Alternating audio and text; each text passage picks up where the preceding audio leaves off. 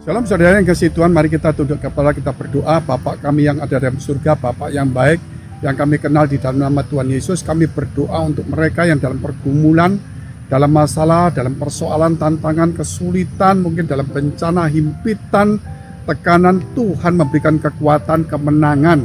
Kami juga berdoa untuk mereka yang sakit, Tuhan sembuhkan, dan terutama mereka, Tuhan berikan hati untuk haus dan lapar akan firman Tuhan. Berikan hati rindu untuk mendengar firman Tuhan, supaya imannya timbul dan tumbuh, dan dia menjadi pemenang dalam pergumulan persoalan hidupnya. Dalam nama Yesus, haleluya, amin. Di dalam akhir-akhir ini saudara, kejadian-kejadian yang menimpa di dalam dunia ini, yaitu dalam peperangan, di dalam keluarga, dalam pekerjaan, barang-barang, harga-harga melonjak tinggi, kebutuhan hidup sehari-hari naik, yaitu gas, minyak naik, tepung naik, beras naik, semua naik. Itu harus kita pikirkan kembali, saudara. Yaitu jangan berpikir bagaimana bisa turun, tetapi saat ini saudara berdoa supaya iman kita juga harus naik. Kalau iman kita naik, maka mujizat, berkat, kasih, kuasa, pertolongan Tuhan itu muncul kembali. Situasi dunia sekarang yang tidak menentu. Nanti kita akan melihat bagaimana perkembangan dunia, ya apa yang Yesus katakan, apa yang tertulis dalam Alkitab, bahwa dunia sedang menuju kepada era yang baru. Saudara, kita tidak tahu kemana, namun yang pasti iman itu harus meningkat apapun kondisi dunia, apapun perubahan dunia. Tapi yang pasti iman kita harus meningkat. Oleh karena itu saudara, puji Tuhan, kita tetap akan semangat. Saya akan berdoa terlebih dahulu sebelum kita mendengarkan firman Tuhan. Karena kita tahu doa itu besar kuasanya jikalau kita sungguh-sungguh mau berdoa. Terima kasih Tuhan, kami siap untuk mendengarkan firman-Mu di dalam nama Yesus. Haleluya. Amin. Puji Tuhan. Mari kita merenungkan satu firman Tuhan terdapat dalam kitab Matius 24 ayat 5 sampai dengan ayat ke-7. Sebab banyak orang akan datang dengan memakai namaku, kata Yesus, dan berkata, akulah Mesias, dan mereka akan menyesatkan banyak orang. Pertama kita akan melihat bahwa dengan adanya media ini banyak penyesatan, banyak perdebatan, sehingga orang sudah mulai melebar dan orang kebanyakan diisi oleh pengetahuan orang, bukan oleh firman Tuhan. Sehingga sebagaimana iblis pernah mencobai Yesus dengan ayat-ayat yang untuk menjatuhkan, bukan ayat untuk meneguhkan iman. Ayat 6, kamu akan mendengar deru perang atau kabar-kabar tentang perang. Namun berawas-awaslah, jangan kamu gelisah, sebab semuanya itu harus terjadi, tetapi itu belum kesudahannya. Kita sekarang mendengar tentang perang, yaitu Rusia dengan Ukraina, di mana di belakangnya ada NATO dan Amerika. Orang berpikir akan terjadi perang dunia ketiga. Itu mungkin belum terjadi. Tetapi yang terjadi itu adalah, saudara, yaitu krisis kemanusiaan. Apa itu krisis kemanusiaan? Yaitu melalui perang ini, Rusia tanpa senjata satupun, dia akan merusak NATO melalui pengungsi. Sebagaimana yang pernah dipraktekkan oleh dunia-dunia Libya dan sebagainya. Jadi tidak perlu perang, Eropa akan berubah melalui pengungsi. Demikian juga sekarang, bukan hanya untuk menghancurkan Ukraina, tetapi juga melalui krisis kemanusiaan, pengungsi jutaan yang akan membanjiri Eropa dari Ukraina. Itu akan menyulitkan NATO. Tanpa perang itu pun akan kesulitan. Terus kita lihat, sebab bangsa akan bangkit melawan bangsa, dan kerajaan melawan kerajaan, akan ada kelaparan dan gempa bumi di berbagai tempat. Kalau kita melihat, saudara, bahwa Ukraina ini dengan Rusia itu adalah satu bangsa, tapi ternyata mereka bisa berkelahi karena diadu domba. Nah, ini yang berbahaya, dikatakan bangsa akan bangkit melawan bangsa, kerajaan akan melawan kerajaan, akan ada kelaparan dan gempa bumi di berbagai tempat.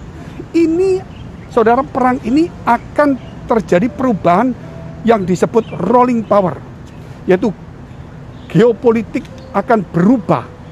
di mana NATO Amerika sekarang ini yang menguasai dunia akan berubah dengan kejadian seperti ini. Itulah rolling power, di mana nanti Amerika, Eropa akan mengalami kemunduran, sedangkan negara lain, Tiongkok dan sebagainya akan naik maju ke depan. Dan bukan hanya itu, ini juga dikatakan tentang super cycle, yaitu komoditi. Jadi kita melihat ini bukan saja krisis kemanusiaan melalui perang ini, tetapi krisis energi akan muncul. Apa itu krisis energi? Di mana Rusia menguasai gas, batu bara, minyak bumi, juga termasuk uranium dan lain sebagainya yang dibutuhkan untuk tenaga listrik dan sebagainya.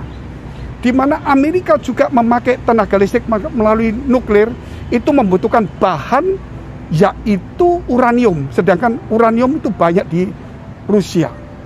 Nah, inilah krisis energi, saudara, di mana harga minyak akan naik, gas naik, otomatis semua akan naik. Setelah itu kita melihat tentang kelaparan.